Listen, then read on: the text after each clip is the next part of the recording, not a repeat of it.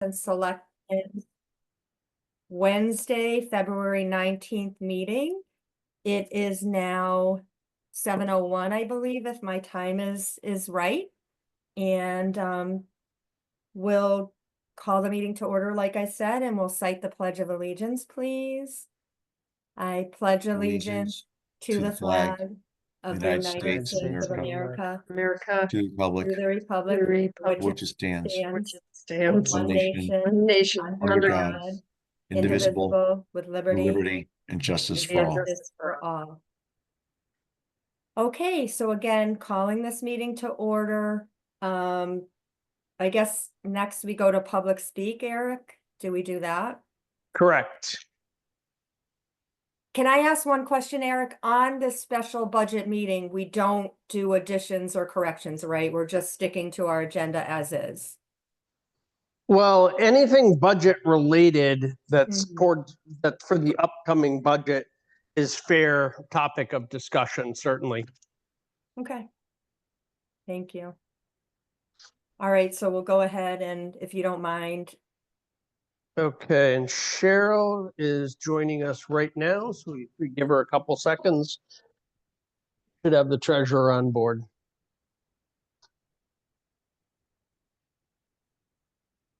Great, I see that happening.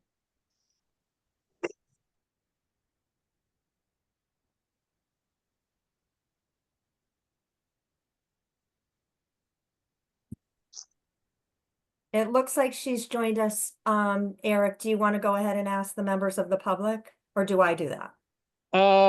Either way is fine. I doesn't look, oh, yeah, we do. We have one member of the public that I can see.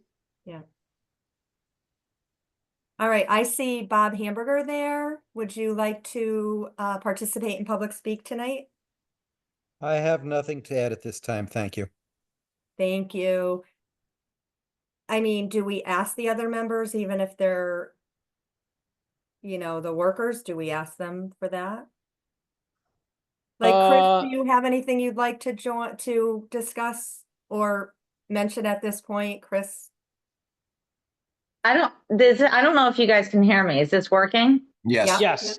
Oh, good. Yeah, no, I have nothing to add. Thank you, though. Thanks. Okay, and Cheryl, can you hear us? Oh, can you guys hear me? Yes. Yep. Okay, Yes, we woohoo, can. I fixed it. Cheryl, and no feedback either. I mean, you're coming in loud and Yay! clear. That's great. Thank you for joining us. We had no idea, but we really appreciate it. Happy to. Yeah. So again, like Mark just announced that he's unable to start the meeting, so he'll be joining us.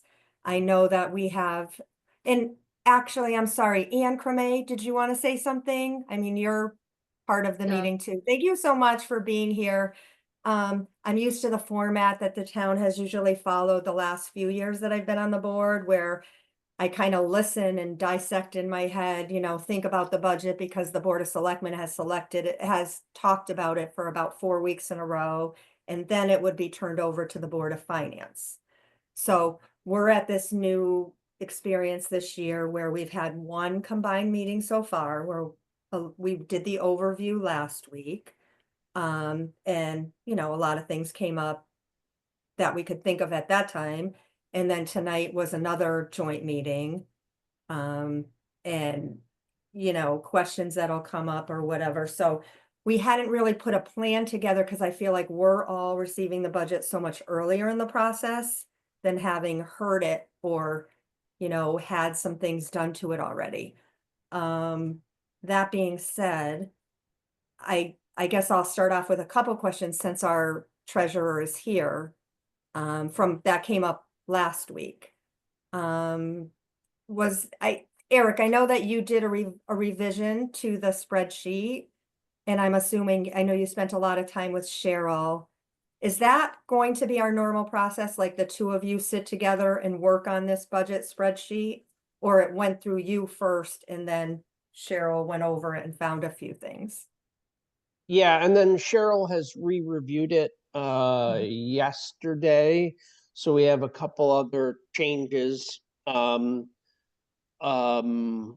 up to this point. So usually at some point in the process, the Board of Finance takes over the spreadsheet and then runs with it and makes whatever changes you want.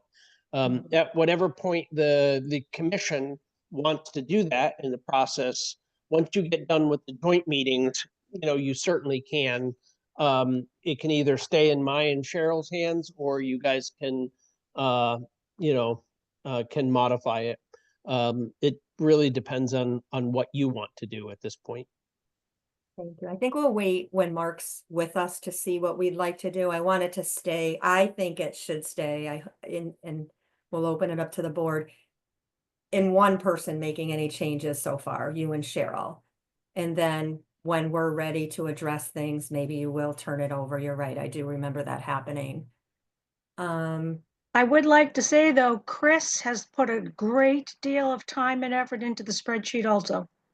So Yep, it's not just me and absolutely. Eric, Chris, it's a joint Okay. effort. Chris has done a great deal of work on the Yeah. spreadsheet. Thank you. No, that's good to know. I think it's good for all of us to know how the process happens. And I think I saw like her initials on something that she had updated, so that's great. I guess one question I have, and then I want to open it to the board for different questions since we have them here. Did we take the figures, like we discussed, obviously, we just went over everything last week. And then the salaries that are in there now, like say the yearly salaries for the employees, we definitely don't want to bring up names. We're going to do our best to just say positions. Did those salaries, those were actuals from the year before? They would have been through the budget, yes, if they were a salaried or if they were hourly. Where you look at the employee cost, you're going to Right. have a combination of both. Mhm. And then the anticipated raises based on union contracts and things of that nature. We double checked. There is no plan currently to have another increase in minimum wage, so that has not been factored in. If all of a sudden the governor decides to increase the Connecticut minimum wage again, well, then we potentially have an issue. But as of right now, there is none. But everything that we have currently is there. And I know that this might be a spreadsheet adjustment and we can freeze panes and do whatever we're going to do in Excel, but probably down the line, once the 3% was decided on by the BOS, and we probably should get rid of those middle columns. It'd be easier to see side by sides, I would think, of last year's, and then just what this year's rate's going to be. That's just small. That's on my end because we kept the 2% increase, all the different things that could have happened. I want to open up to the board because we do have Cheryl here, which is, and Chris too. We really appreciate you taking the time, Chris, out of your, I know you work during the day, so we appreciate you being here. Darn, I would have had a list, but does anyone have any questions? I mean, for Cheryl, specifically to start with as the treasurer?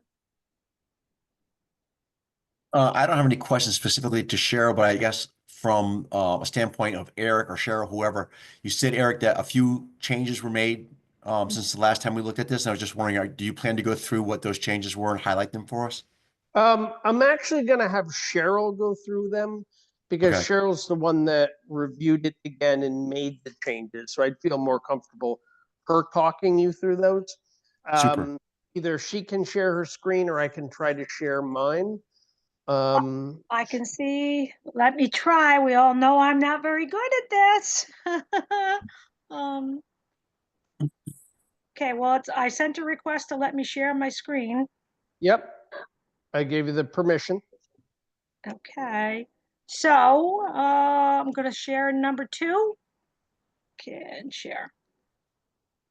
Do you guys, are you able to see the spreadsheet that's up? It's starting. Yes. Good Yep. job. Yep. Yep. You got it. Yes. Yep. I'm going to go Okay, closer. do you guys all have it? Yep. Yes. Yes. Okay.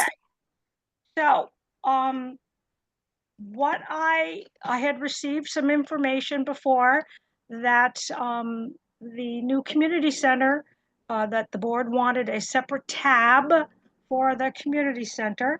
So I did go through and update all the tabs and brought that in here for the board. While I was doing all of those and bringing the new tab in, I wanted to also again make sure, so it's a little different this year for everyone. We've tried to minimize any errors. As we all know, there was an error, a formula figure error last year.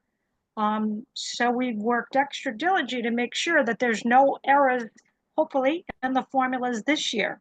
So everything for the most part is either linked to these individual sheets here, elections, registrars, what have you, or they come through next to the employee costs. Then they flop over to employee benefits and healthcare and MRF. So everything is linked in between all of those sheets. Then it all goes back to the main budget sheet. And when you have the spreadsheet in front of you, I mean, physically have a copy of it. And if you click on a specific cell, you'll be able to tell if a number was entered or whether there is a specific formula linking it to some other place. And we've tried to color coordinate and tell everybody where we're getting our information. So yellow means it's all over to the main sheet. There's a formula if it's gray. Don't touch that. We've already calculated the formulas in. This salaries are all linked to the employee cost sheet. Then we have links for MRF and healthcare costs. Because as we're making changes, what we found was that a change may be made in the sheet here in each individual department, but because it wasn't linked, it wasn't going over to the employee costs, and then it wasn't going over to the main budget sheet. So that we all spent quite a little time making sure. I did find some issues that we needed to fix within the employee costs. One was, and we put it here, overtime for the snow. If we have any snow for overtime, it was on the individual tab, but it wasn't in the employee cost. So that meant that when we came down to our total, the Social Security and Medicare wasn't calculating potentially correct. We also had some issues with, we have multitude of or several different places where we have clerks, board clerks. They were in these individual tabs, but they weren't in our main sheet. So we wanted to make sure and update that so they would all be flowing over correctly. So those are mainly the changes I made, making sure that if they're going to be in here for our snow overtime. Cheryl, can I ask just one question, Cheryl, on that? Why would a clerk, I understand a clerk, or were we, because we needed the total employee cost? Because I know clerks wouldn't like filter into MRF or clerks wouldn't filter in somewhere else. What? Correct. Right. Well, Yeah. in the employee cost has nothing to do with MRF. Right. It has to do with the Social Security, Medicare, and then our potential unemployments and things of that nature. Right. So a clerk, I mean, Well, I didn't know if it was treated as a stipended position where they got like No, $40 they're per paid meeting. by Yeah. hours and or a specific amount of money per Okay. Yeah. meeting, and that's subject to Social Security and Medicare. So we wanted to make sure that they're all included. Okay. Clerks- Handled. Thank you. Yep. That And answers. then we've added in the snow time into the MRF because overtime, we've estimating our overtime at 23,000 and change, maybe, in the 25-26 year. Well, the corresponding 3,885 was on the individual sheet, but it wasn't coming over to the main sheet for the potential MRF contribution from the town.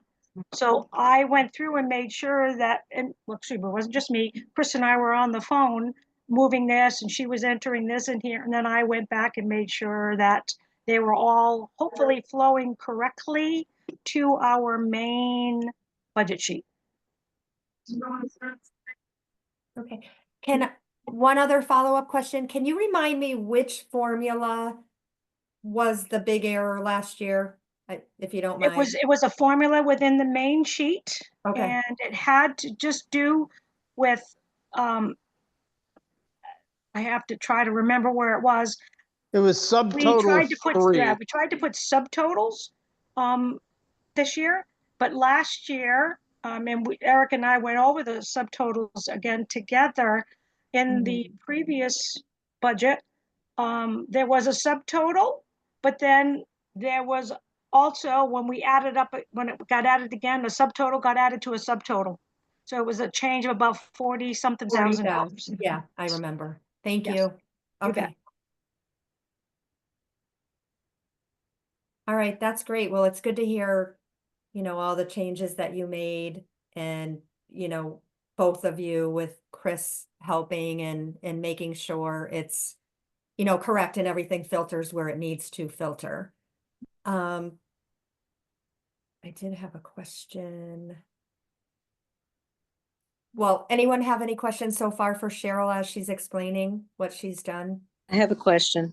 Go ahead, Louise. Okay, the one that says, it's not on the screen though, but it was an unknown person for the supervisor. Yes, Okay, is that a range or is that depending on the person's expertise?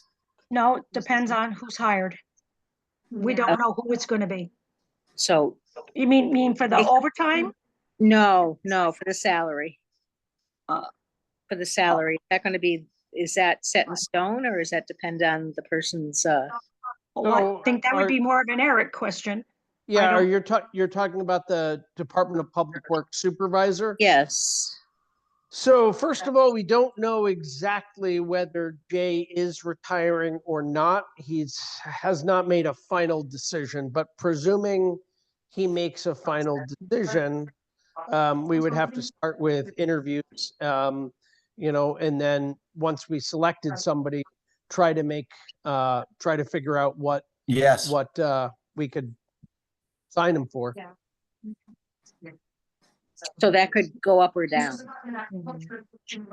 Potentially, I mean, Okay, probably we wouldn't be looking to increase it, but okay. And I think last week we talked about, and I asked this question with the town clerk position, obviously. Carol has officially, sorry, the town clerk has officially retired at this point. Eric and I'm going on that assumption. okay, and I know we're budgeting for next year going forward. And, the Board of Selectmen came on last week and they explained what they're trying to do in that position. And it sounds like our former town clerk is willing to come on as a consultant or something. So I know there's a lot of variables within that line. I'm assuming what's on the spreadsheet now is filtering, like we said, not with the stipend. The stipend was a good decision, I think, by the Board of Finance that year to reward a person who had been in that position for a lot of years. And that's why, if that person ever left, there would be a lower salary point. So the stipend's gone, but I'm assuming the salary and everything that's in there is filtering into all of those things. Yes. Okay, Right now, we No. are. at this time, For the town clerk, correct. uh, I think we kept it at the level it would have been, and Cheryl, I know you'll know well, that. if you look at this here, the projected is no stipend for the town clerk. Right. Oh, yeah, I'm Right, not worried yes. about the stipend we knew wasn't, that's gone, at least at this Okay, point. all right. The stipend would come back if someone got hired in that role with 10 or more years. That was the background with that. Excuse me, Joanne, wasn't the stipend Yeah. related to the additional hours that they had for elections or something like that? Not on that particular one, Bill. That particular stipend for the town clerk was definitely because there was a lot of discussion on raises for that position at the time. So the stipend was created a few years back. And it was definitely, we would say the town clerk ever retired because we knew this day was coming. We didn't want to be married to the high level salary if someone brand new had come in. So we thought it was fair to offer that particular stipend for someone that was 10 years plus of experience. It was around the $6,000 range. Sorry, I can't, my eyes don't see this small line. But whatever it was at the time, 5,000 something. Yeah, but the elections and things, there's stipulations with more work. Unless I'm wrong, does someone else think the stipend was related to that? I'm pretty sure it was the longevity clause for the town clerk. Eric, do you know about that? Because I could have sworn that was something to do with the additional hours she was working over the new election laws for early voting and all that. So, I'll be honest, I wasn't particularly worried about that because the town clerk as an elected official isn't really under my control at all. So I kind of stayed out of any discussions relating to compensation for elected officials. As far as I understand, part of the argument she was making is that she put in an awful lot of hours for the town hall, both on elections and in many other projects, which That's how I is certainly remember it. true. I mean, there Um, was a lot to the backing of wanting a raise, I think there, and Bill, you're probably right, when she came forward and she, pled her case or whatever, or was talking to us, she did bring forth a lot of things that she's doing, so I might not remember that thing. I remember why we decided on the stipend and how we justified it. So that was with keeping it as a line item for a salary item and everything else if the person hired had 10 years or more of experience. But there was a lot of backup for her raise in general. Okay, that's not how I remember it, but I'll drop it for now. Okay. Oh, yeah, there's no, I mean, my only point is moving forward anyways. She has retired at this point, or she's going to retire. She's she won't be there in July, that's for sure, with the new budget. So I just was asking Cheryl if we had kept that one line and it's feeding into Murph. Because that'll be a talking point for the Board of Finance moving forward. It is not. It's not calculated into any of the salaries. Oh, it's not? No, Okay. you took the 6,000 out. No, I'm not even talking about the stipend. I'm Oh. sorry. I think I know the stipend's gone. I'm talking about her salary line. Absolutely, yes. Thank you. Absolutely. Yeah, thank you. And I guess are the two of you planning on staying the whole meeting, or should we try to get our any questions that we might have to you? We'd probably try to get at the beginning, Cheryl? Nope, I'm here until you cut me loose. Okay, sounds good. Whatever the board's pleasure. Right. Okay, so a couple other I have things. a question. Go ahead. Go I ahead, had a Liz. question about this tab.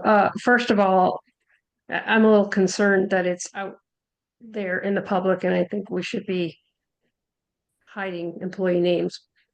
Just my feeling. But aside from that, when I went through in that particular tab is what a concern in the current salary amounts look like they were manually entered.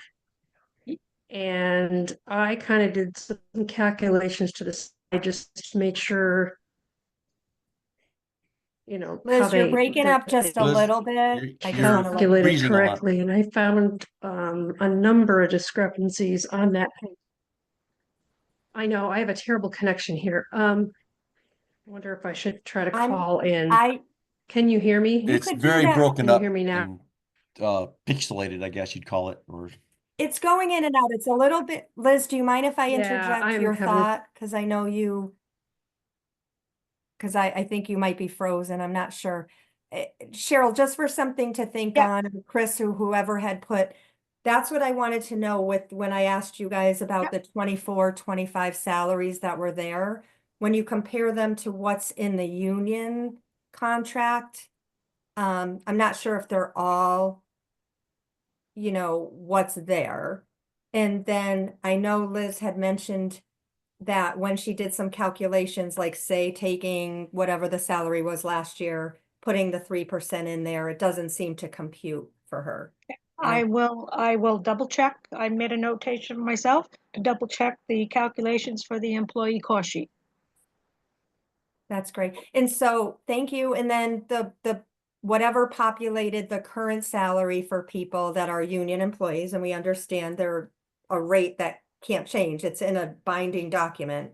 Are all of those correct according to you all? Of what this year's salary for those positions? I don't want Yes, to they mention. should be. I will double check with Chris again. I know she's on, but I know Yeah. she's muted, so I will certainly double check with her again, but Okay, Yeah, I did double check all those figures. There was a mathematical error in the union contract last year, which would make a little bit of a difference in the salaries. right, and I don't, thank you for that. I mean, because I'm looking, that I did, like I said, I would have prepared a lot more things that I could see instead of at the screen, but when I look at some of the salaries, and I don't want to say them out loud here, you know, of what people, you know, what the salary says on this contract document. So maybe I'll just ask for a newer document, or the have the contracts been revised? So maybe I'm looking at an older document. The union contract, well, the new ones are out. Right, so I'm looking at the AFSCME contract that ends June 30th, 2026. So I Okay, do so have, the one that ended what was it, 2024 had mathematical errors. And I believe that going forward, it did as well because they did not catch their error, but I can double check that and get back to you. no problem, Chris, I appreciate that. So when you say mathematics, because that's a big deal. I mean, I'm a union member myself, so say, were you saying an hourly rate was wrong in a Correct. document that was Correct. approved? Correct. There was they made a mathematical error at the end page. Right, and that's the big page. That's the page everyone looks at when you're, so was it, you know, over $1 an hour more or something? I I mean, don't remember. I don't remember off the top of my head. and was it in all of the positions or just one or two? Joanne, I'm not too sure. I don't have the documentation in front of me, but I can certainly research it and get back to you. Yeah, because we don't want to make a big deal about any kind of calculations that are wrong if we don't have the, you know, so that's all I'm getting at. So thank you for letting us welcome. know. But Yep. would that have made an it sound, and like not pressuring you, not, this is just, we're taking advantage of having you. We didn't know we were gonna, you know, we didn't know you guys were gonna be forward. So I'm just coming up with these as I think of them, and like Liz did. So, did it make an impact? So did it make So an if there's a impact in, mathematical error of a 3% increase and they didn't properly add the 3%, then that's where the error was. They didn't properly add the 3%. So their figures were wrong. So Right. therefore, if we were just going off the back page rather than actually doing out the math, that's where the discrepancy came in. no, and I follow that because I've been doing a lot of math. No, I thank you for that. Because, and that's why we're trying to make it make sense.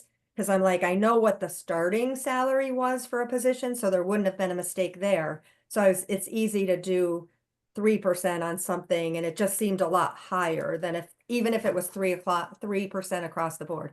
So I don't know if Liz has, I don't want to steal Liz's questions on this, but it sounds like there was some kind of error at some point, so there had to be some adjustments. So that's why if we're seeing things that are different than what we expected, that would be it. But yeah. Liz. Can I jump? Oh, Yeah, can I you go jump right in and try ahead. it again? How's it sound now? I can hear you. Sounds better. better. That's Okay. better, Liz. Okay, thanks, Bob Hamburg. So I'd like to go back to the employee cost tab because that's where I was finding the calculation errors, and you can tell me if what I'm showing you, okay, I'll give you some line numbers. So if you look at line number, for instance, number 36, and you see $24, I'm sorry. I'm sorry, on the first page that we're all looking at right now, just want to make sure we're all looking at the same page Yeah. and employee cost. Oh yeah, Okay. employee cost. Yep, Okay. yep. So for instance, the in column E, row 36, manually entered was the salary number. But if I calculate this hourly rate times 40 hours for 52 weeks, I don't come up with that number. I come up with a different number. And I find that same problem in the following the following 3 lines, and then it skips a couple lines. And then it goes like on a lot of these lines, I ran into that problem. So,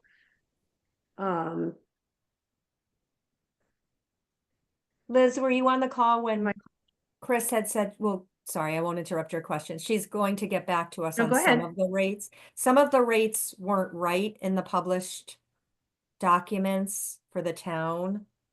okay, some of the hourly wages were not correct. Is that what Correct. you're? They weren't represented in the union contract correctly, so they found the error and they based some of Oh, the things on that. But your questions might be different, so I just want to make sure you know that. So we'll have to okay, put pause on some of it because we'll wait to right. get the corrected document. Okay, so maybe maybe that does take care of this, but I think it would probably make sense for somebody to go through this column E and make sure that the calculations are correct, based on whatever that whatever that contract was, that's all. Cheryl, Yes, it's Louise. Would that have impacted the benefits costs at all? well, the benefit costs are calculated on a payroll basis. So if we've got somebody is over because they've extra time, extra snow, people come in, people go out, all I can calculate benefits on during the budgets cycle is what we're anticipating it's going to be.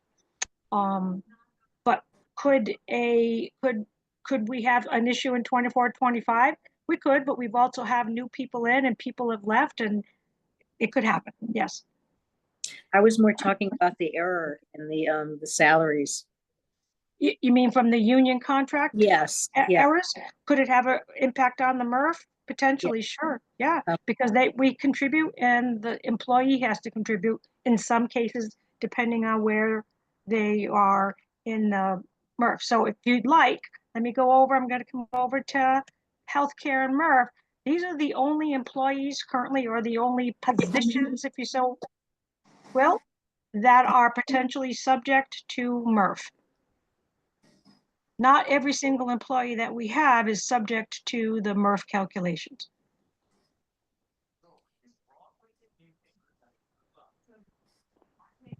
Does that help at all? That does. Louise, hopefully that helped. I mean, I think, Yeah. yes, there's going to be some adjustments. You would think if it's not much money or different rates that didn't affect it too much, I don't think that part's going to be too bad or too big of a change, but it's nice that they're both going to take a look at it, make sure the right rates are there, and then we can have the correct rates of that. I don't want to get too bogged down into this, but having Cheryl here, I had a couple questions for her. Because it came up the last meeting and Eric was nice enough to mention it with the MRF. I'm glad to see, because I had corresponded with you in the past about the fee that people get, the fee in lieu of taking the insurance. That's not in the calculation for MRF or anything for an employee. Eric That's correct. clarified that for all of us, and I think Cheryl, you had told me that before. Yes. Yeah, thank you. And then the additional stipends, this was a question that came up last week that some of the employees get. I think Eric said that, and I'll accept it, it's part of their total compensation package. And so that does reflect MRF, correct? That would be correct. Okay. It's part of their compensation. Yes. The other one is a non-taxable potential benefit. Well, it's a benefit. Right. Right. They're getting extra. And then the, Right. yeah, not everyone pays the stipends the same way, but it's been researched and I accept that. That makes sense for what's happening here. In your history, Cheryl, I'm going to ask you the thing that I questioned Eric about last night. And like I said, not getting too much bogged down. And I think it'll get discussed further down the line. The stipends that people are given, the reason that they were created, these extra jobs, have you, that, you know, Eric didn't want to advertise and bring on a full-time or a part-time person to do a little bit of work that was there in the town hall. So he found people within the town hall that took on these extra duties. Those, I find a hard time, and I will talk to it again, that those I don't think should be getting raises every year. I think it's become the norm as Eric's put this spreadsheet together, because it's not really a job per se. I think it's a stipend to do a certain amount of work. I think it could be, and Cheryl, I'm using your expertise, it could be given a dollar amount and just stay there. I don't mind that it, or I'm not against, and I understand why it would get MRF and it's a total compensation. But these are stipends or additional things. They don't need to be in the raise column every year. Am I right on that, Cheryl? I don't agree with you. If people are receiving a stipend for extra work that they're doing, because we have chosen to have an employee that's already part of the town structure, take on additional duties, the duties just keep Totally piling get it. on.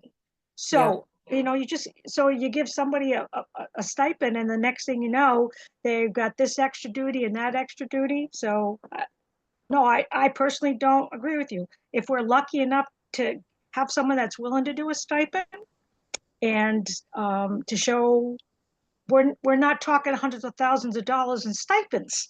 And even if it's $1,000 increase, not that I'm making light of 1,000, but you know, it equals out to be, you know, $16 and change in MRF or. And I appreciate, and I'm putting myself out there too, and this is what I do for the town as an elected person. And that's why I don't mind asking you the questions, because I do value your opinions too.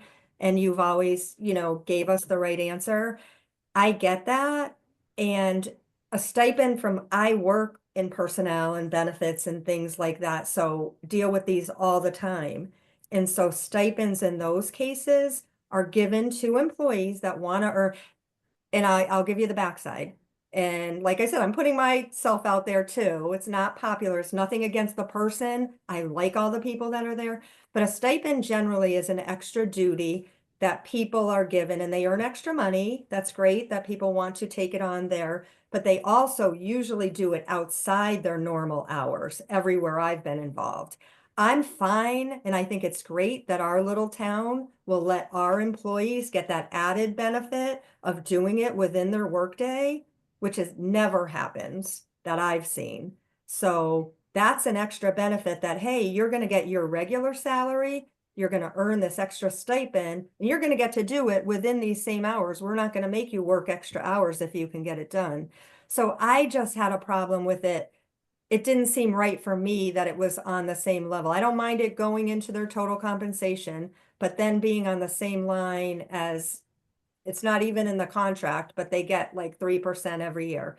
Again, I know this is going to look nitpicky, but this is why I'm on the board, to ask these questions with knowledge of things I know. So that's my side of it. And then these were extra jobs where Eric didn't want to hire a full-time person and have to pay the benefits and everything. But as we add positions to our little town, you know, there might be other places those stipends can go. Sorry, so that's my side of it. So I don't think you're saying there's not a law, Cheryl, that requires it gets a raise every year. Not that I'm aware of, Okay. So Right. one except for thing, union contracts or something of that nature. exactly. Well, they're not in because- the contract. I'm not the bad guy here. I don't But- want to fight over a little bit, but this has raised every single year in a big way. That's all. Joanne, remember, both the people that are currently getting stipends Yeah. are union employees. Yeah. And you cannot unilaterally assign a union employee additional work requirements without negotiating that with the union. And if you think you're going to get the union to agree that that doesn't index with their salary, you know, you're probably not going to succeed. Right. And Eric, I only speak of things that I'm sure of because I've sat on both sides of the table, as you know. I sat with you on the management side, and I'm certainly, you know, on the union side and happy for anything that people get of a union. I just want to bring it up with Cheryl here because it usually when there are stipend positions like this, they would be listed in a union contract and then people bid on them. I get it. We're a small town. I just wanted to know because it seems like some of the jobs are on the small side. We're very glad, like Cheryl said, that town employees would want to take them on. But like I said, there are the benefits of getting them done during the regular day. And they're getting a good sizable, decent amount of a stipend. That's all. I just going for all the questions that we've had or that were brought up last week. Yeah, and so every year I've watched you give whatever increase to that and these things steadily go up. All right, I'm gonna move on from, does anyone have any follow-up questions on that? As far as for Cheryl, I just don't think there's laws on it. Again, I'm glad, you know, it's hard to be in this spot. Again, we all know each other. We know people at the town. It's not about that. It's just getting the correct information with, as we have to look at these benefits, and the employee piece is a huge piece of the budget that we look at every year. Joanne, can I just say something, please? Sure. Sorry, I couldn't see you, Kim. There you are. Go ahead, Kim. I just wanted to say that I think you bring up all good points, and I really appreciate that this is getting talked about. You know, I kind of agree with you. I think if you're going to get a stipend for a separate job, that, you know, potentially you should be working that position in separate hours. That's all. I appreciate it. I mean, these are things that have to be talked about and we have to get the They do. correct information, and they go up every year. And this is no secret because it was talked about in the Board of Selectmen meeting. I think they're bringing another person back to do some consulting and do some work at the town hall. So who knows if some of these stipend things can go there. Not trying, it's never easy when you're talking about salaries and things like that. So I've made my point. I appreciate Cheryl, your input on that. But it's good for the employee too, because they don't have to work extra hours to get the extra pay and all of the other things. All right, I guess we'll move. Does anyone have any more questions on any of the employee things that are out here before we move on to other areas?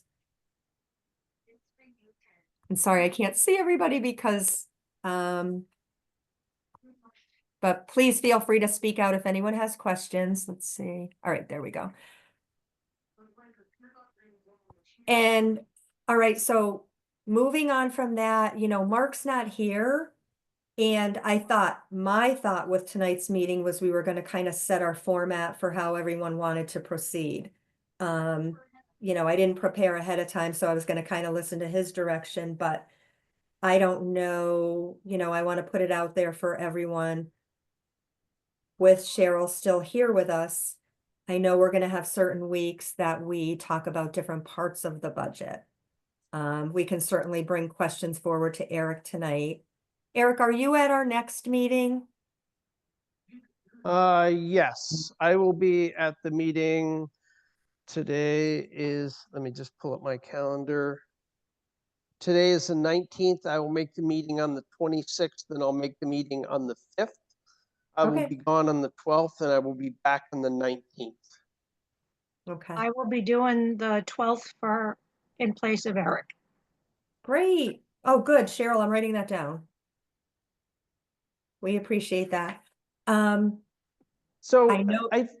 Go I ahead. think one of the things to think about is, I mean, I think we ought to keep track of the big picture. If you're gonna make significant cuts to the budget, it's likely to be in capital. I mean, we all kind of acknowledge that.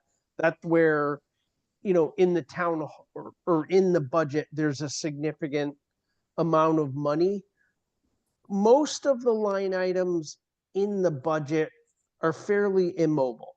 You know, we're not gonna, sure, you could trim a little bit off of something, but if you're gonna make a significant difference, it's gonna end up being in a capital line.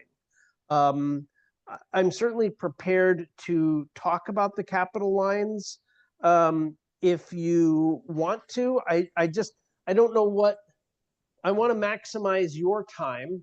I agree. Eric, and I just- appreciate you jumping in there. I was gonna ask the board too. I agree. We can move to that in a moment, but in this particular meeting, I kind of wanted to ask, I feel like at these meetings, we've all kind of given an overview, like you said, of what we thought.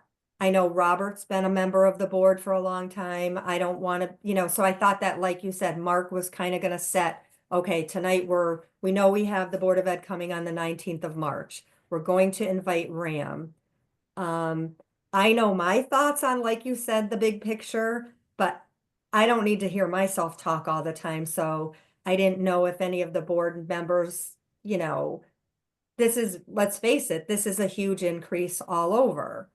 I'm just gonna have to say it because, Mark's not here to run the meeting. I didn't have any kind of dialogue planned, but it's our job as the Board of Finance, and I feel like we've all kind of talked before at our meetings of our thoughts. So we can dive into you thinking the capital, and I agree. I mean, because the increase is so big this year, I don't want to presume whether it'll pass or not pass, but it's our job to put forward a budget that we think can pass. And this is the biggest one we've faced since I've been on the board. Try So, to remember that the state of Connecticut cut our ECS money by almost $90,000. That's certainly a reason for the increase, part of your increase. The state Right. cut us from 2 million and change down to, we got that notification in February. Let me get up there and show it to you. the education cost sharing, Cheryl, the Yes, ECS? yes, they did. Okay. They went down by almost 90, just 89,000 and change. That's the last update we have from the governor's budget that I updated on 2/5. It came through that he's potentially going to cut all towns, and that's the portion for Andover. So add immediately $90,000 To onto your budget. the total portion. Mhm. That, No, I hear you. everything else. Yeah, I hear you. There's plenty of reasons and plenty of things that, are added in the budget or needed and necessary. So, yeah, I don't know. Board of Finance members, do anyone want to come forward again? That's my thought. I thought when we do have our meetings and we get going, obviously, we're gonna have to look at it. We can bring some departments in if we'd like to do. We're going to have the school present their budget. We're going to have RAM come. We know that it's more of a presentation. I don't know. Again, that was just my quick synopsis of an overall, is that it's a huge ask this year, and I just know this town. That's all. So Eric's not wrong with if there's going to be cuts, but I don't want to presume that everyone feels the same way and that it's going to have to be looked at from all angles. Rob, do you want to give your overall on what you're thinking? Yeah, I mean, Thank you. I think, obviously it's a big increase and we're going to have to get it down. I don't think that's my take. Mhm. I'll just flat out say it. I don't think it's passable in its current form. So in the past, if memory serves, what we did to start off was we asked Eric to kind of run down the 5 to 10 biggest drivers and, worked our way through those. Obviously, we're going to go line by line eventually through the whole thing. But I think we tried to use that as a way of narrowing our focus, at least in the beginning, to what are the things that are really pumping this budget up and what can be done about them. Right. And then we can kind of go from there. And at the end of the day, we grind ourselves down to where we're haggling over $500 somewhere in the budget. But we want to look at something impactful if we're looking at it, an 8% increase or whatever this is, and we want to get it down to say 4. These are just numbers, but I'm picking out of the air. But I think that's my gut take, is I like to start like big picture. What are the big drivers, and then kind of drill down. I appreciate that. Bill, do you want to add your thoughts? I just think it's good if we all say, I'm aligned with Rob right there. I couldn't agree more. I couldn't agree more. That's how I think we've done it in the past. I've already heard, well, I could tell you that I know from living here in town, a 2% mill increase is going to be very tough to get by. So there's work to be done here. I'm always cautious, and I think we should go to Eric and say, please, where are the big hitters that we can be looking at? Obviously, when you're looking at employees, you're looking at certain areas of this that can't be touched, they're immovable. So what can be moved and what are the big items that will make a difference? I think I would also caution, and this is just my thoughts, of trying to get this budget to the absolute bare minimum it could be, because even at a 1% increase, it may not pass, a 1 mil increase. And if you have to go back to the mill again, and you've already cut everything there is to cut out, it's like, then you're going to cut into things that are important and that shouldn't be cut. So I think you have to be careful just about how much at this first pass. And that's just my thoughts anyways. You know, when you're starting to whittle this thing away, we might have to come back a second time is all I'm thinking about. And so I get nervous about sometimes if you try and get this thing to absolute bare low, because if it doesn't pass and you got to come back, it's gonna be more hurtful, I think. Um, Right. I'm probably getting No, out I there with it, but appreciate I it. appreciate what you and Rob have said, and I agree that's the way we should go. And I think listening to Eric, you know, point out some of the big hitters is definitely the right way to start, and then drilling down after that to the line by line. Right. And I item. just want to add, I guess my thought too is just an overall thought is that I know we've been ambitious in the past with a lot of projects on the table. And this might be the year, if that helps us as we listen to Eric and drill down to kind of complete some of those projects that are already grant funded and that have kind of been on the back burner instead of taking on anything new. So maybe that could help us. That's just a thought I have. He may not agree with that. How about Kim or Liz or Louise? Would you like to just give your overview? Go ahead, Kim. I kind of agree with what you're saying, Joanne. I think maybe putting a pause on new big projects and wrapping up some of the ones that we have going on, and then going into kind of a maintenance program for the town. I think everything that Eric has done is wonderful, but we do have to be able to maintain all this wonderful stuff and afford it.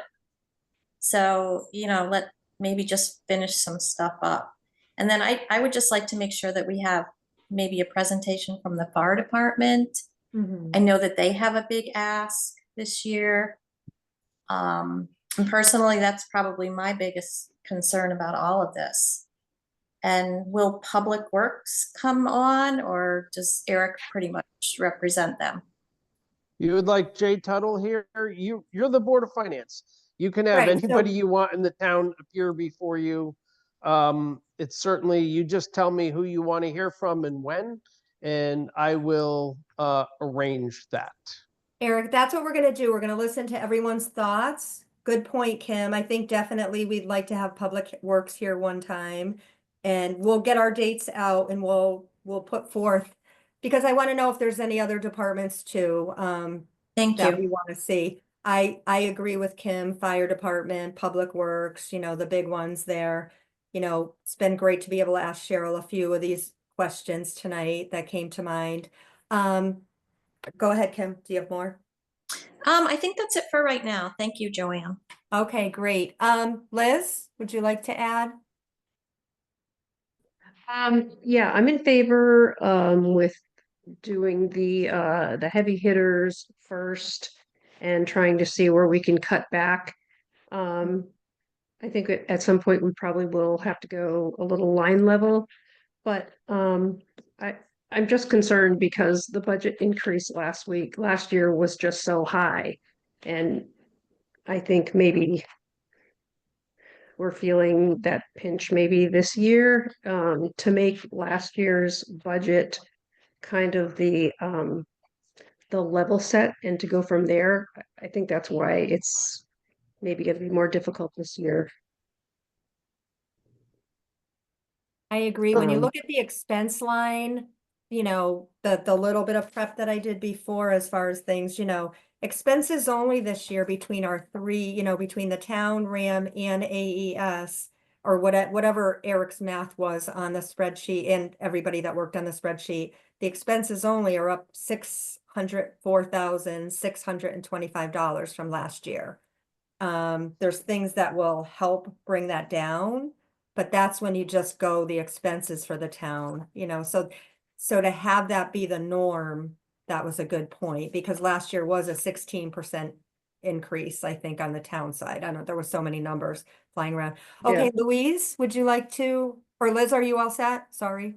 Nope, that's, um, That's all for I just now. wanted everyone to get their say, because I do remember we've all done that, you know, and I don't want to assume that everyone, you know, but everyone seems to be of the same mindset so far, that they think this is a big ask to pass through the town, you know, the town that we live in, so.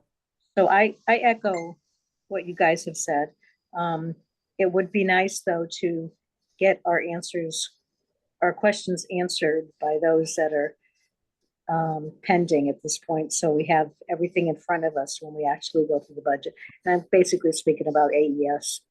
You know, if there's any outstanding type of questions, it'd be nice to get that straightened out beforehand. And so for the record, no matter how much you cut the town, you can't balance the budget overall. I mean, the overall mill rate increase right now is about 8%. Right. But the town only owns a little over 100,000 of that.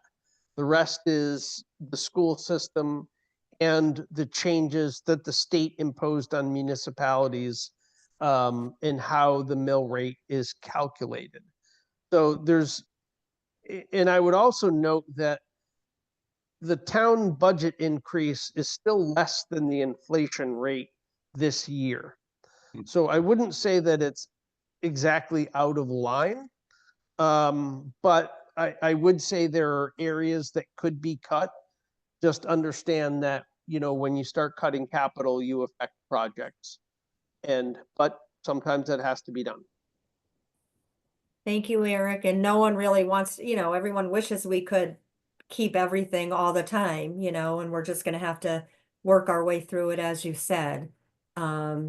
It's just, there was on the town side, like you said, there was a 16% increase last year. So now that is seen as the norm. So putting together the 2-year, you know, increase is a lot. It's a lot to take, but we'll go through it. Thank you, everybody.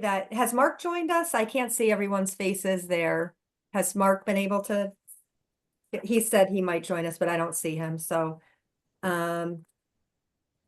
without, you know, should we allow Eric to go through? I guess, Eric, you are going to start on the Capitol. I had one question about elections in general, because that came to mind as we're looking at the main spreadsheet. It seemed like there was an increase there. Again, I know we're not at the line by line, but do those increases, is there a lot of work in a non, you know, presidential election year?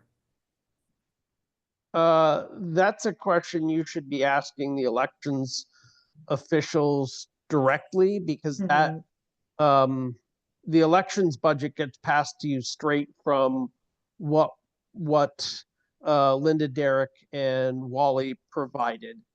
If you would like, I can send forward to the board their supporting documentation. In fact, I'm happy to send you the supporting documentation for every board and commission and entity that sent it to me. If you guys want to look through all the primary documentation, that's certainly fine, and I'm happy to do it. Is that a lot of work to do, Eric? I don't want to make more work. I mean, the election one for sure. I mean, we can ask for, you know, certain things when we get to that point. I mean, I'm never, you know, we've been pouring through these lines and different, you know, information. So yeah, I thought the elections, it looks like it went up quite a bit, and, you know, that just came to mind off the top of my head. So yeah, that would be great if you could forward that to us. But do you want to go ahead with where you were, Eric? You were going to start talking about the capital lines, I guess, because those are big ticket items. Sure, we can review capital. I mean, I'm available to review whatever it is that you would like to review. Well, again, yeah. So the first thing I would say is that the ones I would think we don't want to touch are the fire engine fund, the public works equipment fund, and the bridge and culvert fund. And the reason I say that is those three are essentially funds that are or will be fully taken up by existing obligations. And by that I mean presuming we end up with a 10-year loan on the fire engine, That's about $125,000 a year. So that takes up the majority of that fund. The two existing leases that the Public Works equipment or Public Works has chews up basically the entire Public Works equipment fund. And the Bridge and Culvert Fund is enough to fund next year in 2026 is the expected replacement of the Lake Road culvert that's right next to Basola Road.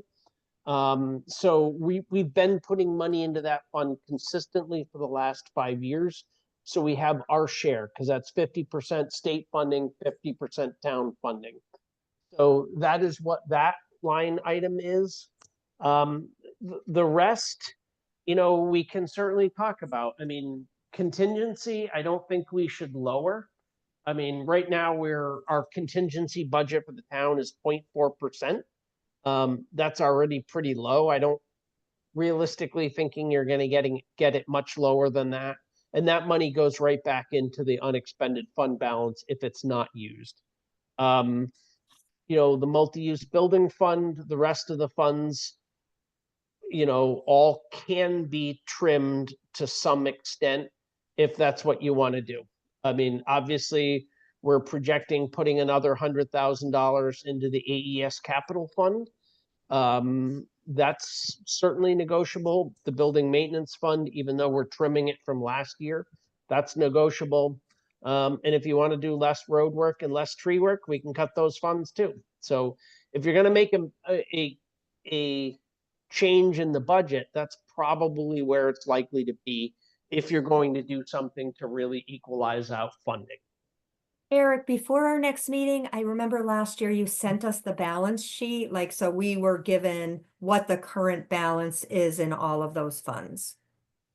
Yeah, I'm pretty sure I sent all of those to you about a month ago. Okay, I'll look back. In the beginning of the month. Okay. Not, I can certainly resend them. I don't believe we've made any changes since I sent them out. Okay. I can't get in my town email. Can I just ask a quick, has anyone had trouble getting into your town email and it's asked you for dual authentication, but then you're stuck? Mine's working fine. See, No, you got I'm in all set. fine? No. Yeah, I mean, it's like at work, I have to sign in, with codes and everybody's fine. Okay, hopefully by tomorrow. I think Kate's gonna work on it for me. But yeah, I will look for those balances, Eric. I don't want to make work for you if we already have it. I mean, I've been going through a bunch of the things. And then I wanted to, it's related, but a little non-related. I know the big ticket item for AES with getting those bathrooms repaired.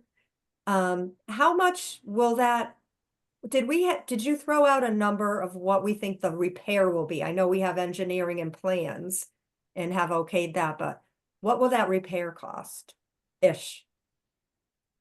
Well, so that's a moving target.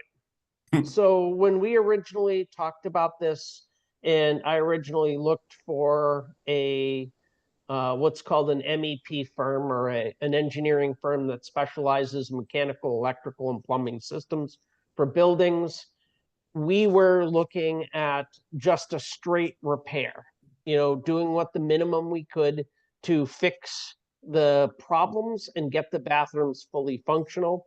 It seems like the school is shooting for a more extensive renovation of the bathrooms. So I don't want to give you a number. I think before, if we were doing the repairs and making it fully functional, I could have easily seen that coming in under 300K. What it's going to be now, I don't have an estimate for it. Not going to be cheap though. Right. For some reason, 250,000 was sticking in my head, but I wanted to know. So we know they're huge. I know that's number one on their project list. I know there's more. Okay. Thank you. Just wanted to know that. Joanna, I remember the same number in my head as well. You did? Yeah. Yeah, I kind of had that number in the back of my head, but I think the note that it says here, and they at the tri-board meeting, they said they would have a plan to us, which we Right. have not received yet, a 5-year plan, I believe is what was asked for, with the top 3 or 4 priority items.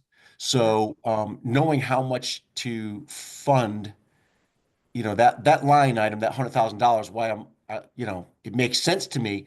It'd be nice to have that capital plan, that capital spending plan Yeah, to, take a look at that number right there and see if we can still support that or not. So, absolutely. I mean, I um, know yeah, I guess it'd be nice to hear from them yeah. earlier than later. I would think I'll reach out. I would think they had their budget meeting or they had their regular monthly meeting last week, the same night we had our first joint meeting and I believe they were going to go ahead and officially pass, their budget by the Board Got of you. Ed. And usually we will get an email from them presenting it to us. We've seen drafts. I know they have it's posted, their regular budget. And then I thought I saw something that they were working on their 5-year capital plan. So hopefully we'll see it soon, Bill. Thank you. Yeah, because then we can kind of prioritize because I know that's an urgent need. And I know they have a couple other things, the elevator, I know, all the other, I don't want to speak for Yep. them. Get myself in the wrong, but we'll wait and see that. That would be helpful to know that. That's good to know. All right. And Eric, yeah, thank you for going over these. I agree. So I will look at the balances too, because I assume because we've been putting in a certain amount every year, some of those balances are higher. And like you said, I mean, I'm not talking about anything specific, but cuts are gonna have to come somewhere this year. That's why I kind of floated out my idea of hopefully finishing some of the projects that already are funded or partially funded by grants, because we are gonna have to look to bring that number down to a passable budget. The cuts are gonna have to come somewhere. But Just trying to, yeah. just Does that- remember, even if you knock the town budget down to 0, Mhm. that still only gets you down somewhere to around a 6% mill rate increase. So, Right, right. unless you're going to make the town's budget significantly negative, you're not going to offset the increases in the other 2 entities. There's only so much, it's only, slightly less than a third of the total budget. Exactly. No, So- understood, Eric. I wish, and I'll publicly say as a member of the Board of Finance, I don't mind saying this, I'd say this in public. I mean, I wish sometimes that people would take a little bit of time and think about the RAM budget. RAM is a wonderful school and they do great things. My children graduated from there, did well. But, that budget pretty much passes every year without really being looked at like we really look at all of these budgets. So, with their enrollment down significantly in the past few years. I mean, I've had townspeople say this to me, so I don't mind publicly speaking it here since you brought that up, Eric. Would be nice if one of these years maybe that didn't pass and they were able to take a little bit down. They're not a huge part of, Andover doesn't supply all the kids there, but anyways, I understand that the town is a third of the budget, so. All right, I don't know if we should, I don't want to, again, didn't prepare to run it, but maybe we should take time to look at the calendar dates. I mean, we're in over an hour here. And so I don't know if we should, pick dates that we'd like to see some of the departments, and then we can circle back and ask questions, definitely Public Works and the fire department. Eric, do you think that's something we could handle in one evening, having them both present, talk to us or be available for questions? Or do you think they should stand alone? I think you could combine those 2 if you wanted to have that discussion with both of them. It just depends what information you want to see. I mean, if you looked at the capital budget, that also has the outlines of the roadwork plan in it. I can certainly send you additional documentation related to that. It just depends how much, or what you want to see. Do you just want to talk to Jay Tuttle, the public works supervisor? And then when it comes to the fire department, are you looking at discussing the operations side, or are you looking to discuss the capital side? Because one might be the Board of Fire Commissioners and the other one might be talking to the actual fire chief. So who is it that you want to talk to? Good point. Does anyone have an opinion on that? Kim, I know you had questions. What? Sure, they said that they need some new equipment, so I guess I'd like to hear a little bit more about that. Yeah, Mhm. that's the capital expense that they brought before CIP for their new year. It's Yeah, about Right. 200,000. Yeah. I think that's a really, really big deal in our budget. So I just wanted, you know, hear a little bit more about that so I can make a good decision about it. I think it's really important. no, that's good. And Eric, I It- believe, go. And I was gonna what say, I would say is that the two items that are going to chew up all the money for the fire department are, one, the new squad vehicle. And we will have to have a public meeting because although it was approved to purchase it, you know, what, 2 years ago when it came up, because it's going to end up being financed, that will have to go to public meeting, even though the expenditure was approved, because any financing requires town meeting. And also the SCBA has been on the fire department's capital plan since I was original member, or since I was a member of the CIP, which is back 6 or 7 years ago, probably 7 years ago, before I became an administrator. So this has been something that has been on their capital request for a long time. So I think you could simply ask them to present, you know, to give you a current copy of their 10-year capital plan. I actually don't have a current. The last time they did one was about 3 years ago. But I think that's a reasonable request and they can supply that. hey, Eric, it's Yep. Liz. So I see here where you say see fire commission spreadsheet. That's not included here in this document, is it? I don't think so. I think they have the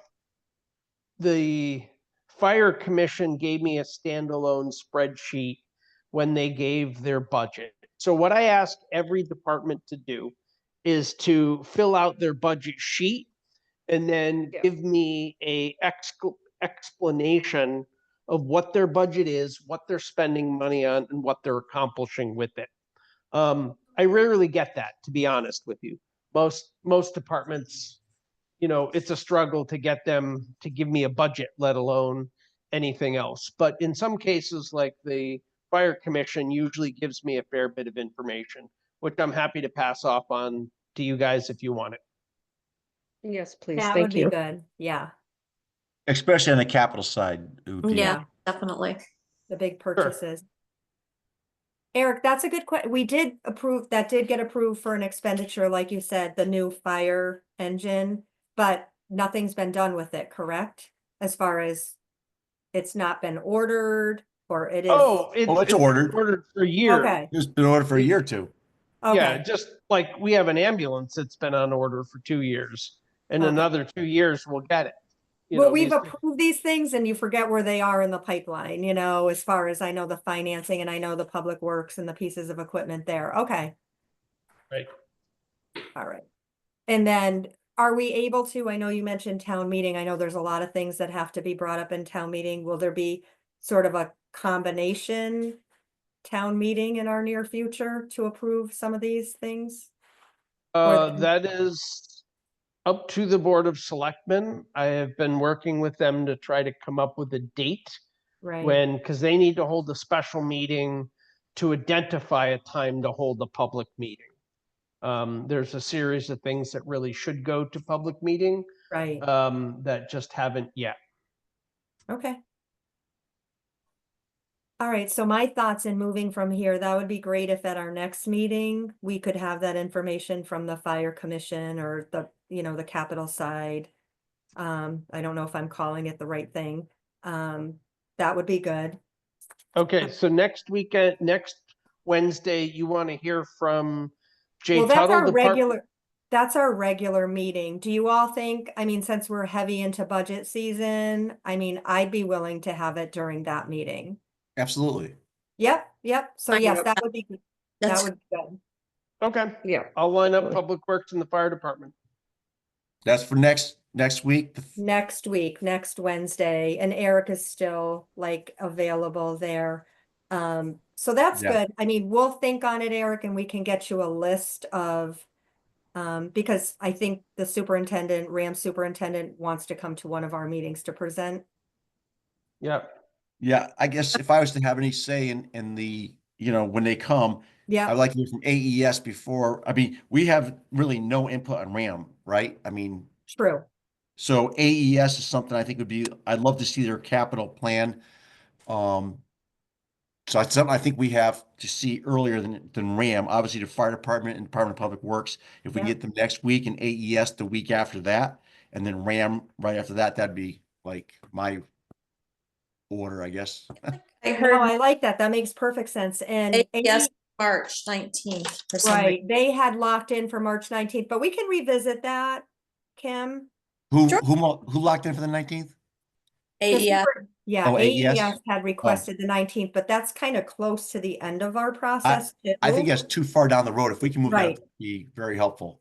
Yeah. I'm not sure how finished their budget is. Has their Board of Ed ratified their budget at this point?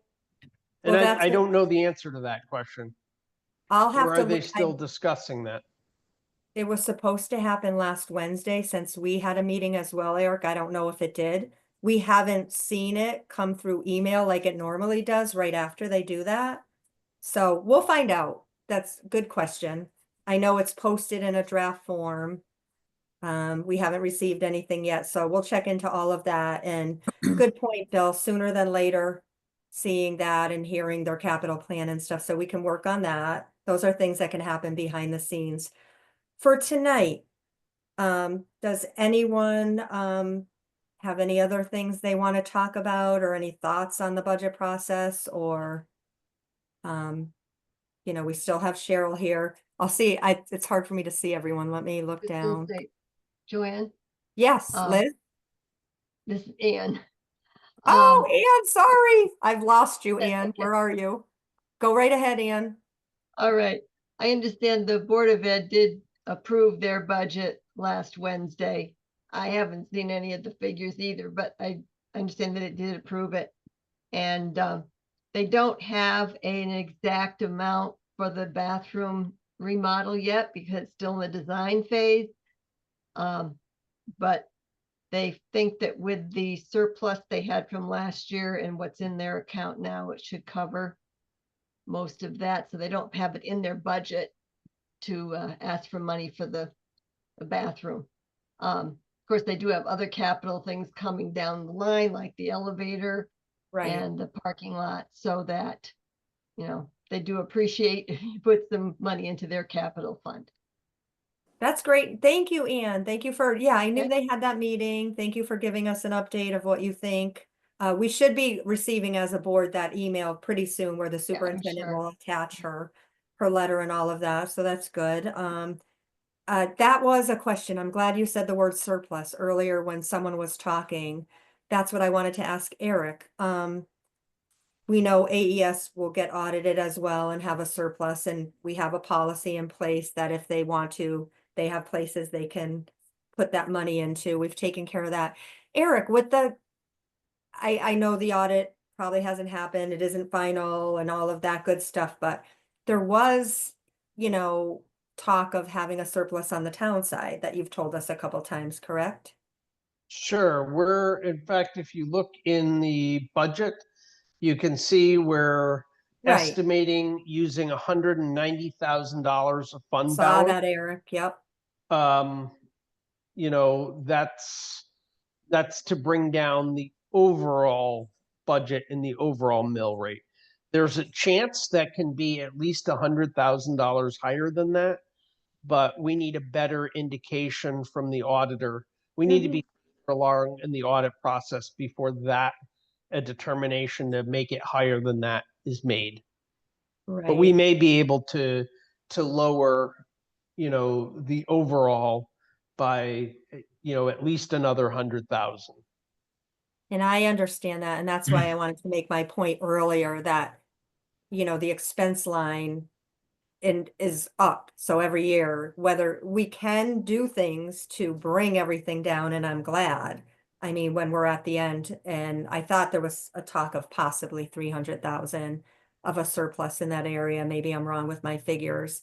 But we also know that we can't count on that every year, so we're giving the taxpayers these expenses. So we have So- to do our best. Do we in know the- when we'll have a better idea about that, Eric?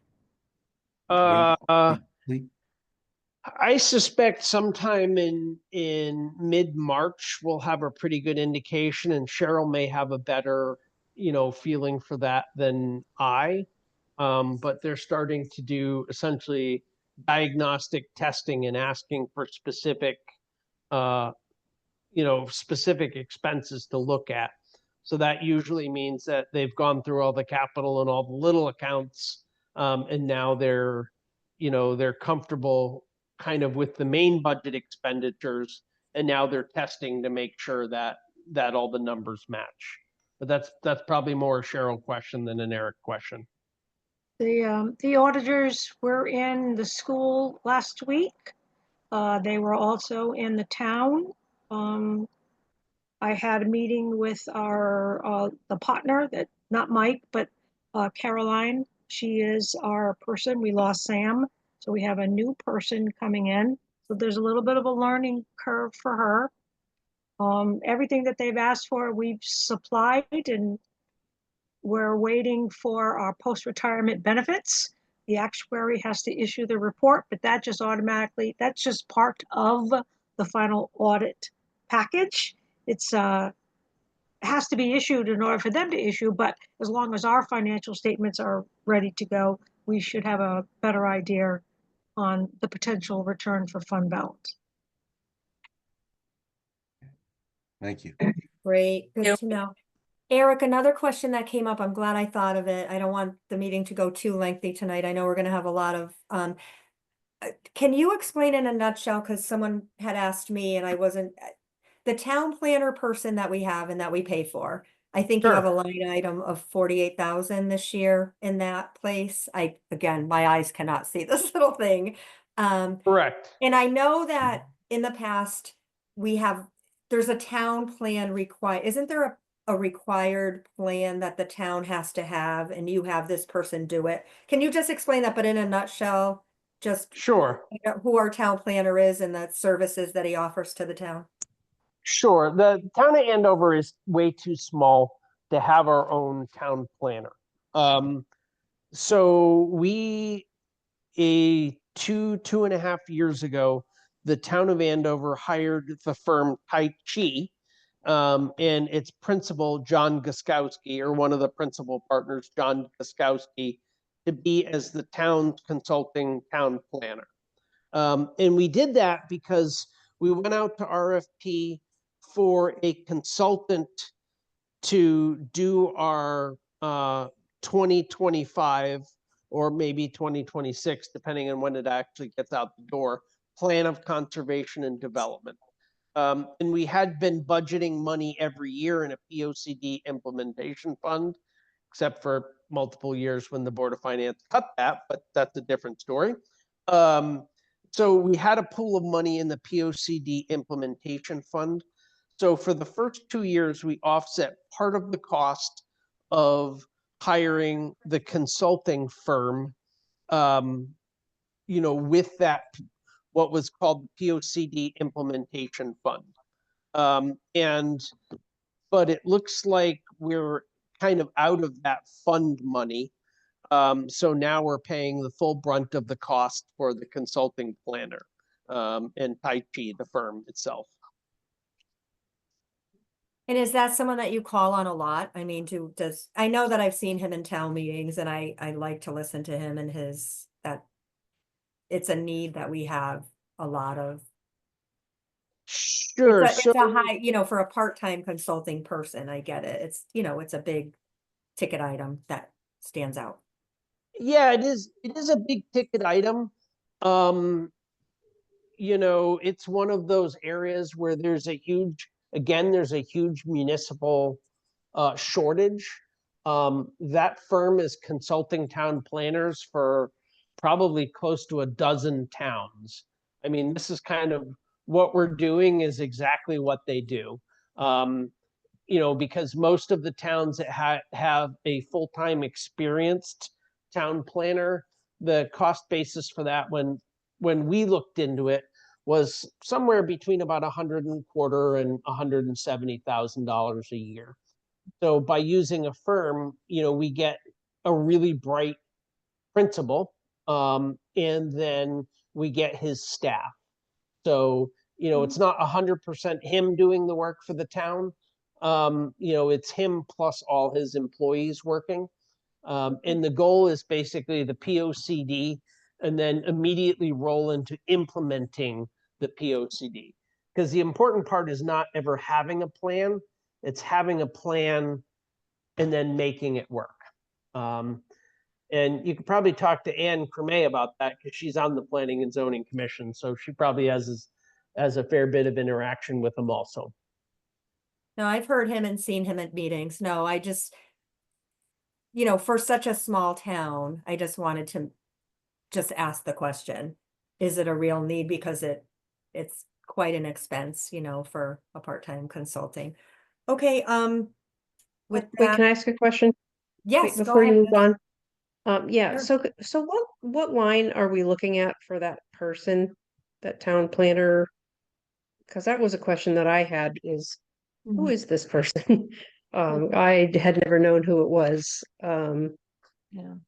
And and pardon my ignorance, but what do they do? So the town planner, it normally does a number of things. Number one, in a town, they're likely to be, if not the principal grant writer, certainly one of the one or two grant writers that a town has. They interact very heavily with the Planning and Zoning Commission. They attend all the Planning and Zoning Commission meetings, and they interact with the other land use boards also. They're basically, their major role is to help the town, understand the direction it needs to go as a town, and develop the long-term planning for the town of Andover. That's in a nutshell what a town planner does. They often have multiple roles. Most town planners also act as the economic and community development person.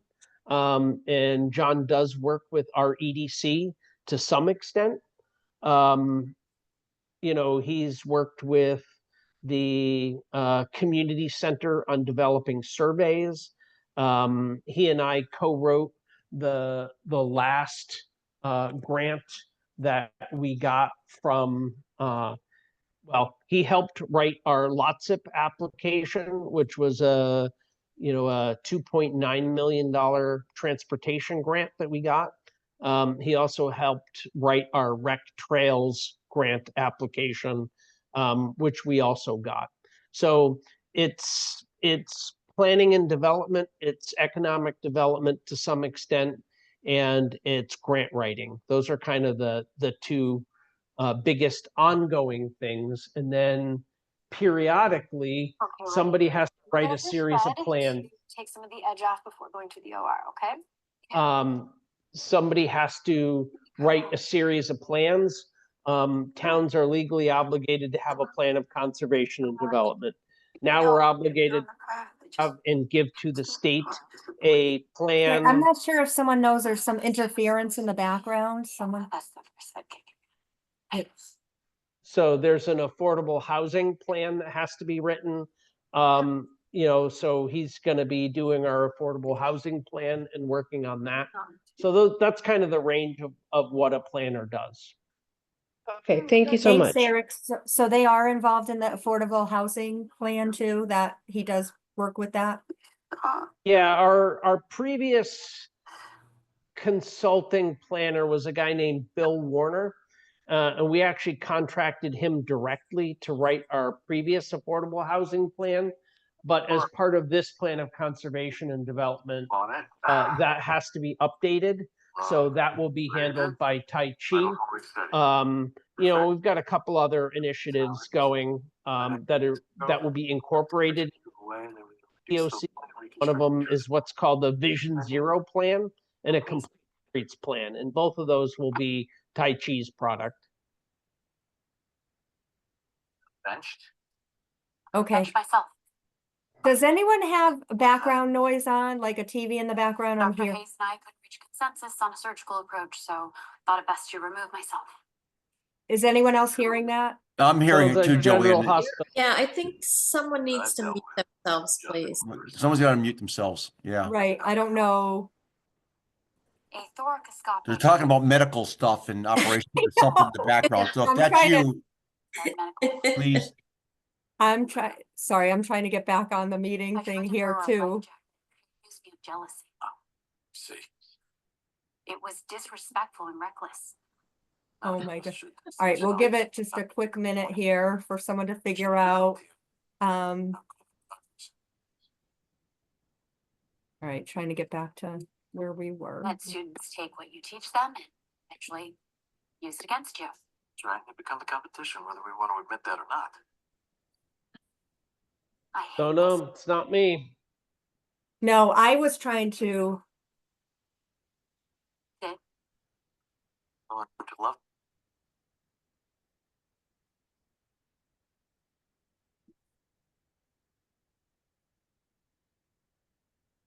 Hopefully it's gone.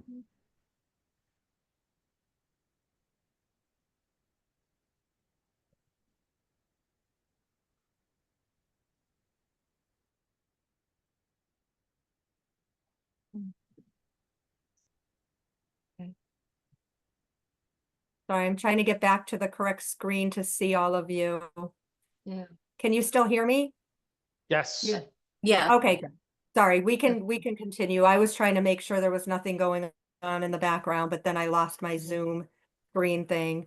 Hold on, Zoom workplace, please come back on.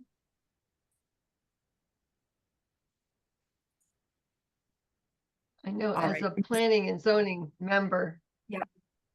We use the planner a lot in our meetings, and he also works with the Economic Development Commission and talks with people that are interested in doing work in town and possibly open a business in town. It's good to have him, you know, like with that Dollar General came in and people felt like, oh my goodness, what is this place? And if we had had John on at that time, which we didn't, I don't think, he could have been more involved with, you know, communicating with them, finding out what their plans were, and maybe changing the design to fit it better with what they wanted in town. There's a lot of things he could do as far as developing, and that's what it's called, the town planner. So we really like having him on there as the Planning and Zoning Commission. Okay, and then so thank you for that. Does anyone have any further questions on the town planner? Nope. And the other item, Eric, I saw on there, just to knock off a quick couple tonight and then probably end for the evening unless there's other questions. There was I know that at one point, you know, you have you have your administrative assistant. Sure. You know, the tax collector does her other, you know, the job she was hired to do at first when she came to town. But then there was, you were going to hire someone else in your office. Has that happened as far as, what do I want to say? Project manager, I think is the term.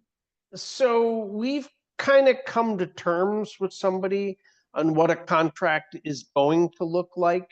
We're hiring a local engineer to oversee the playground, pickleball playground lighting and all the improvements down at the athletic fields, and to basically be the town's overseer and town's rep on that project. So that's what that line item in the budget last year and carrying forward is because the reality is I don't have the time to do it. And what we're planning on doing is basically the town act as the general contractor on that project instead of subbing it out and hiring a general contractor directly. In this environment we're in today, that's an incredible amount of paperwork. And so that's basically why we're doing that, because the paperwork mostly will be myself and Chris Harkley will be the two people dealing with the paperwork. But I don't want to be the person on the ground, looking at the contractors every day and doing the paperwork. I just don't have the time to do it. So that was the goal, was to essentially sacrifice my having a 19-hour-a-week admin assistant in exchange for project management services. So, and that's been good and bad, I would say. I mean, Kate is competent, but the reality is, her primary job is being the tax collector, and she fits admin assistant work in most of the time, during her work day, occasionally out of hours.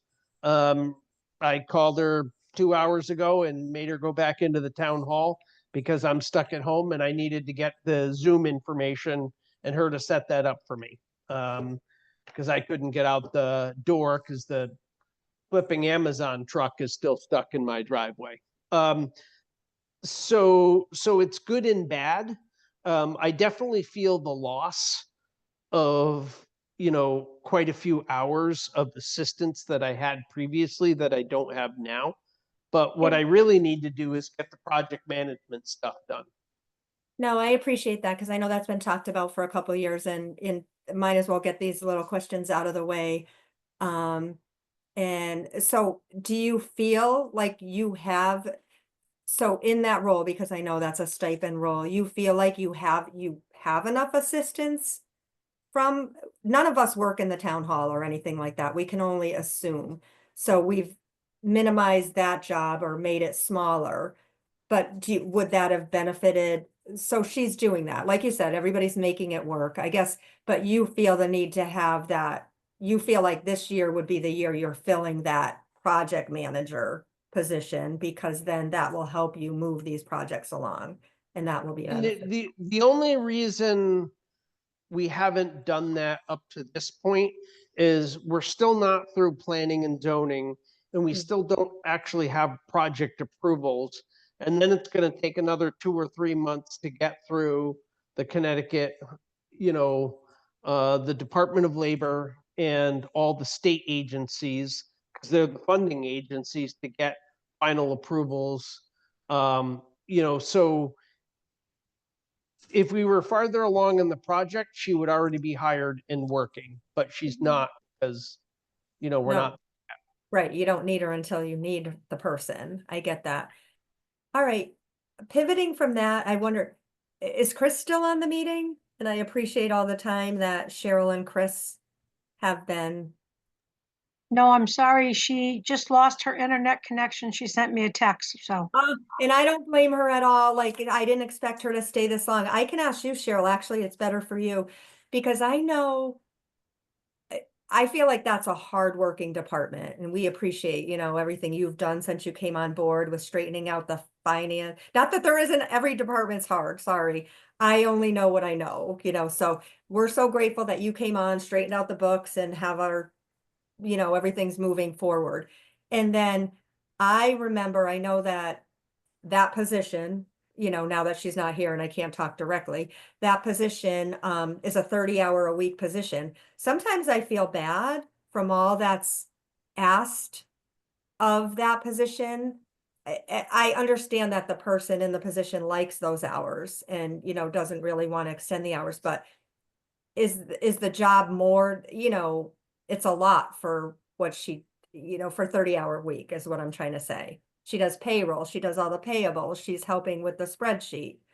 What is your thought? If, you know, could that have been an expanded role?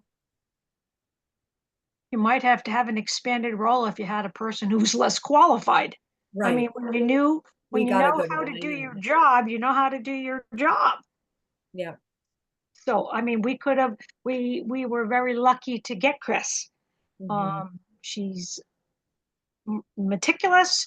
If you ask her for something, she can get it for you. Everything's filed. The auditors are happy. I'm happy.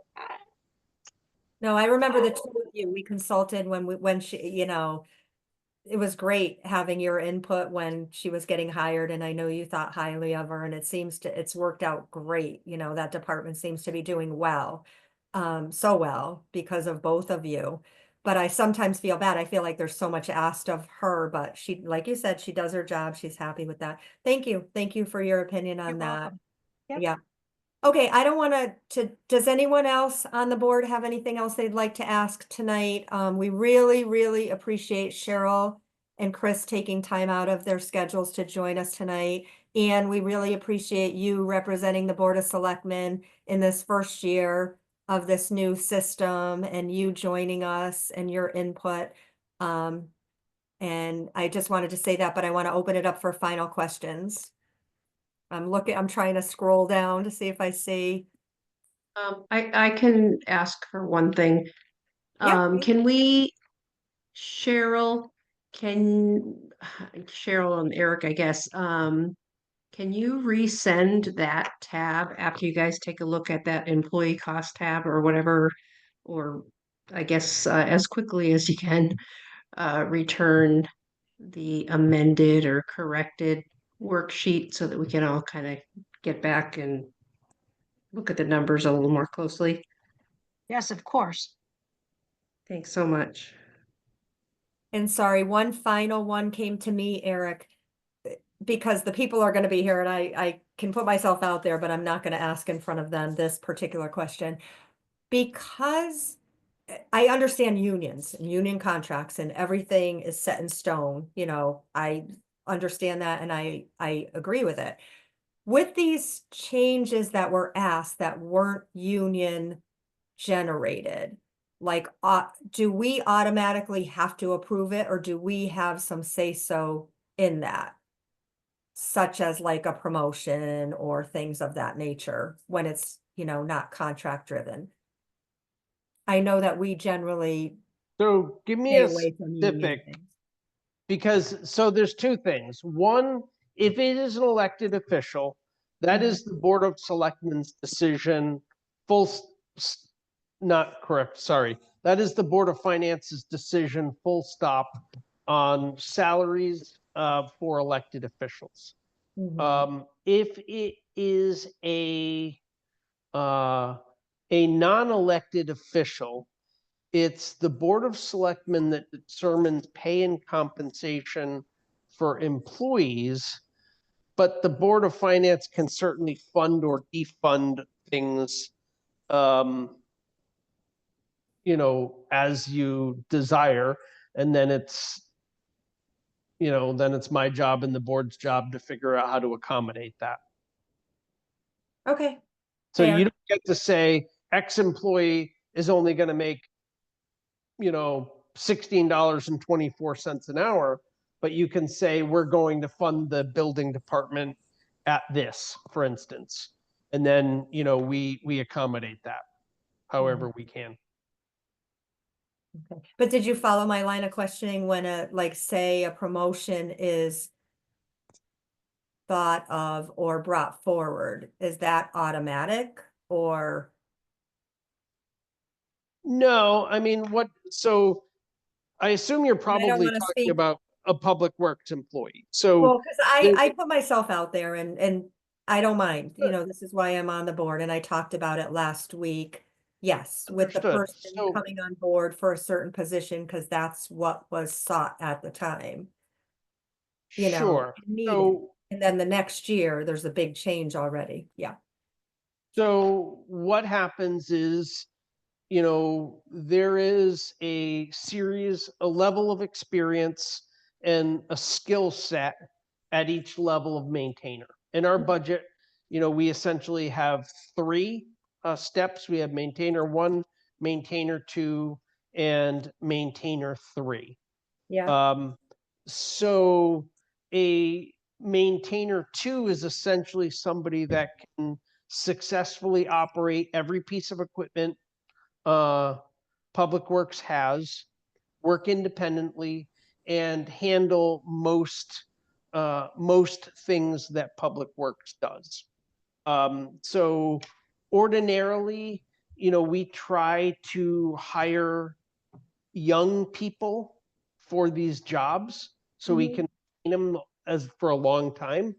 But the reality is the last 2 hires we've made, we haven't had anybody that met the minimum qualifications to get the job, which is a minimum of having a CDL license and being capable of doing some things.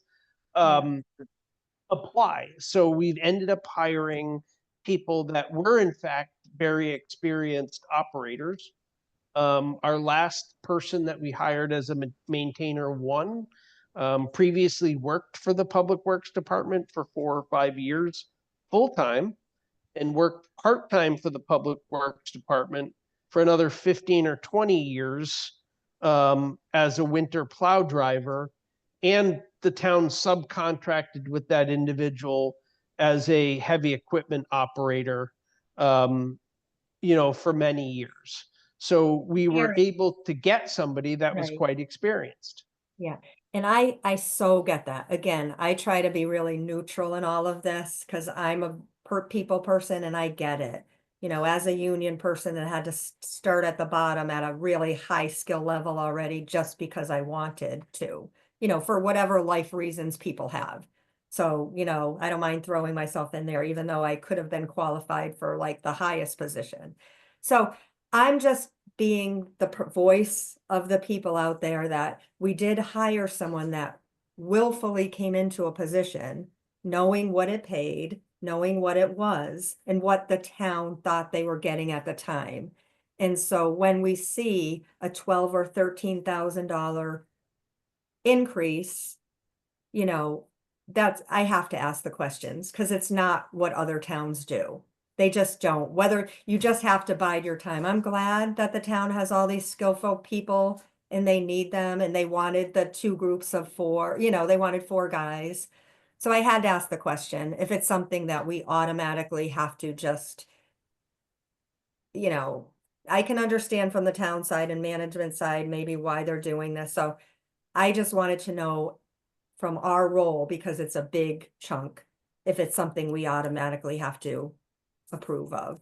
Again, it's a No. hard position. I'm putting myself out there. I'm just being the voice of the people and being on your side, being a manager and having a bunch of union people that you oversee, it'd be hard for me to see other people not wanting to do the same thing. It just creates kind of that kind of thing. But I thank you. Thank you for answering it. So the answer to your question is no, you don't. If you choose not to budget for it, you choose not to budget for it and he doesn't get promoted. You can't promote him if the funds aren't there to pay for it. So that's your answer. Thank you. Yeah. Yeah, thank you. Moving forward, any last questions from anyone?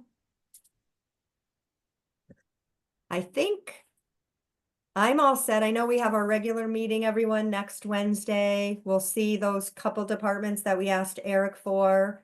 And we'll take it from there. Does anyone want to make and thank you again, Cheryl, if you're still there. I can't see everyone's name. We really appreciate your time tonight. You're welcome. You're Thanks. welcome. Okay. Anyone ready to make a motion to adjourn? I'll make a motion to adjourn. Okay, Louise is making the motion to adjourn. Who's seconded? Kim, I'll second it. Thank you, Kim Person. Thanks, everyone. I know it was kind of on the fly tonight, but appreciate all the time. And we'll hopefully have Mark back next week when we discuss this further. See you Joe. then. All in favor? Night. Aye. Good night. Aye. Aye. Oh, all in favor, say aye. Aye. Oh, whoops. Thank you for that. I forgot a step. That's okay. Everybody was waving. All right, peace out.